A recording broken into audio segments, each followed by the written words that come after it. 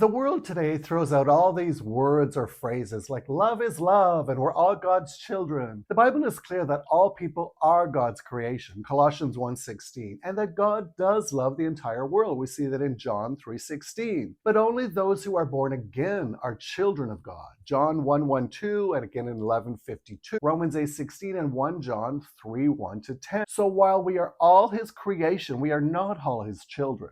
Let me break that down. Imagine a master sculptor. This sculptor is incredibly skilled and has created many beautiful and diverse sculptures. God, as the master sculptor, God is the ultimate creator, the one who fashioned everything that exists, Colossians 1:16. All people are sculptures. Every human being is a unique creation of God, formed by his design and bearing his image in some way. We are all part of his grand artistic endeavor. He loves the entire collection of his work, John 3:16. However, within this vast gallery, the sculpture has special relationships with certain pieces. These aren't just any sculptures, they are pieces that the sculptor has personally adopted into their own family. This adoption involves a personal connection and investment. The sculptor has chosen these specific pieces and has a deeper, more intimate relationship with them, a new status and inheritance. These adoptive pieces now share in the sculptor's legacy and receive special care and attention. They are considered part of the sculptor's household.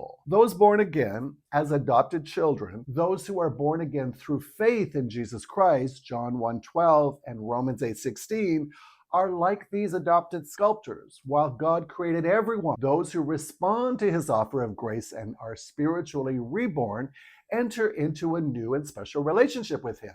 They become his children, inheriting the privileges and intimacy that comes with that status. 1 John 3:1-10. In short, creation. God is the maker of everyone. We are all his handiwork, like sculptures in his gallery.